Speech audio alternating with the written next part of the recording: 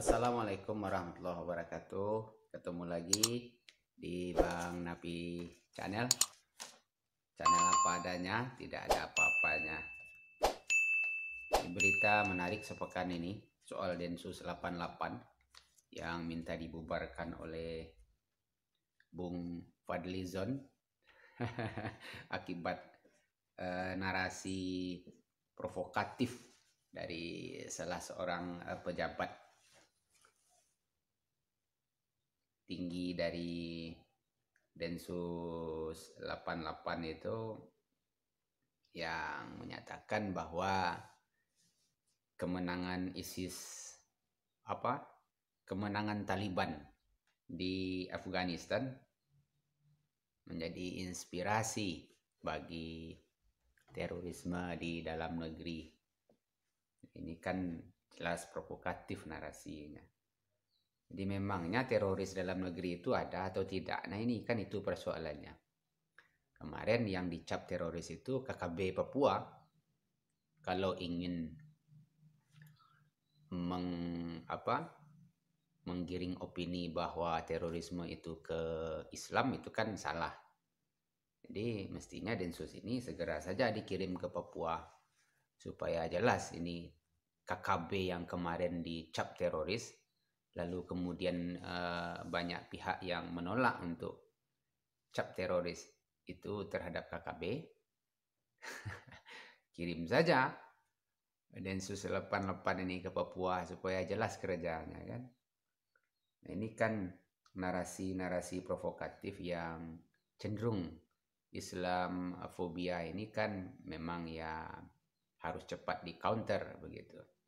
Menarik usulan dari Bang Fadlizon, anggota DPR RI Komisi 1, sekalipun tidak ada hubungannya dengan Polri, ya bidangnya kan berbeda. Komisi 1 hubungan luar negeri. Tapi ada juga ini komentarnya menyangkut luar negeri kan seperti itu. Komisi 3 ya praktis hubungannya dengan penegak hukum atau institusi-institusi hukum yang ada di negara. Jadi ada yang mengatakan bahwa kalau ICW mengatakan kalau IPW mengatakan, Indonesian Pollution Watch mengatakan komentar Bung Fadlizon ini tidak ada kaitannya dengan kepolisian, itu juga salah karena basis komentarnya dari pejabat tinggi di Densus 88 sendiri yang mengkaitkan kejadian di Afghanistan, kemenangan Taliban itu akan menjadi inspirasi, akan menjadi menjadi dasar bagi berkembangnya terorisme di dalam negeri. Jadi tidak salah Fadlizon mengomentari itu. Nah yang menarik, usulan pembubaran ini juga cocok memang. Densus 88 ini kan sudah tidak efektif karena ada lembaga khusus yang memang, badan khusus yang memang dibentuk untuk penanganan terorisme. Ada BNPT, Badan Nasional Penanggulangan Terorisme. Nah sementara Densus itu hanya alat kelengkapan Polri saja. Sama seperti Serse, bisa diadakan, bisa tidak ditiadakan. Sama seperti Brimob, bisa dibutuhkan dan bisa tidak. Nah, ini kecenderungan di Densus 88 ini justru mencurigakan. Karena sejak didirikan tahun 2002 itu dulu, Densus 88 kan ditengarai menerima aliran dana asing. Harusnya lembaga negara bergerak atas anggaran negara, bukan mengelola dana asing. Nah, ini kan ada catatan. Tahun 2010 itu kan dulu pernah rilis Tempo bahwa ketika Departemen Luar Negeri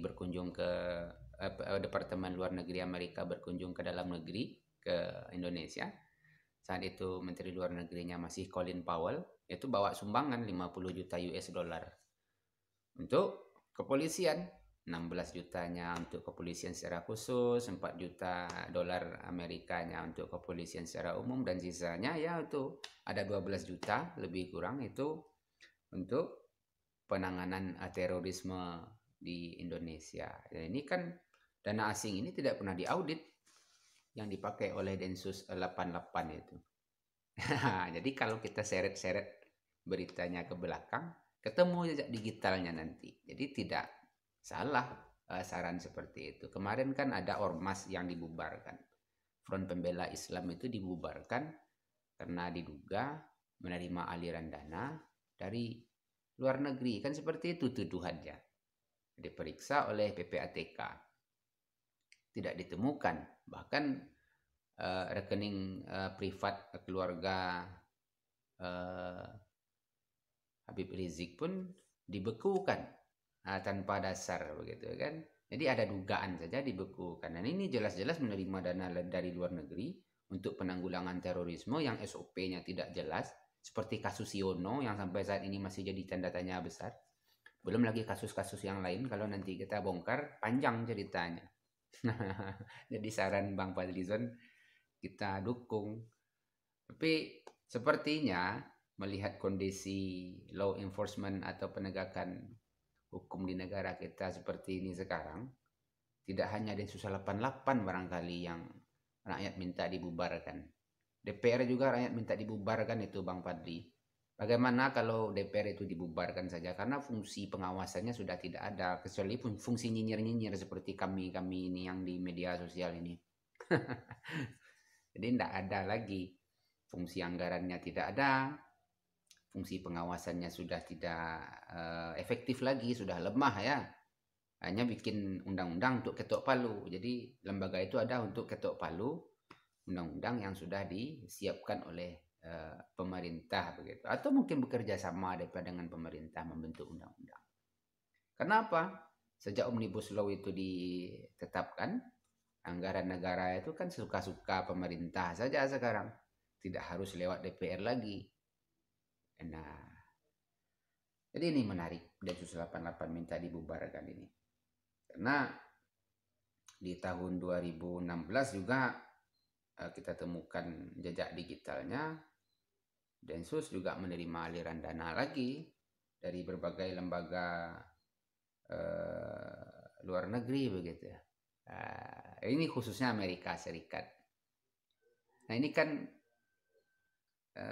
menurut Bung Fadlizon kan ya dunia sudah berubah. Narasi-narasi Islamofobia seperti ini sudah tidak relevan lagi dengan kondisi sekarang. Jadi Densus membangun narasi provokasi seperti itu juga tidak sehat bagi keutuhan dan kenyamanan masyarakat. Jadi orang nanti nyimpan bubuk pembersih toilet di rumahnya, nanti disangka pula nyimpan semacam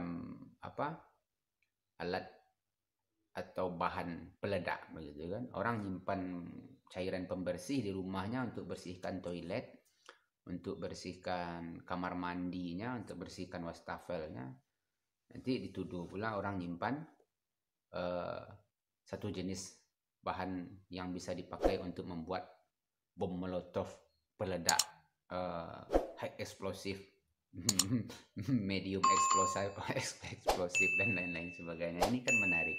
Jadi sering dicocok-cocok logi kan. Bahkan yang menjadi presiden buruk selama ini kan orang baru diduga teroris tapi sudah mati. Belum ditanya, belum di BAP. Jadi atas dasar dugaan saja orang bisa ditangkap.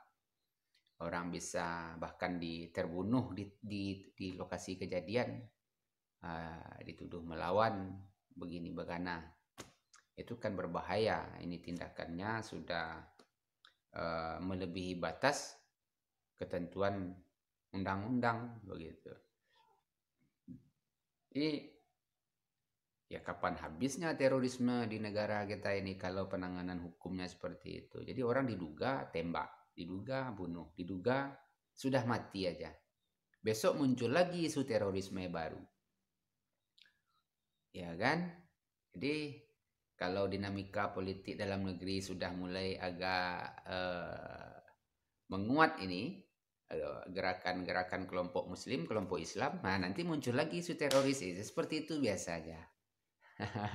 Ada saja orang yang ditangkap lagi di Makassar sana, di timur sana, ada lagi yang ditangkap nanti di Jawa, ada lagi yang ditangkap nanti di Sumatera, begitu kan.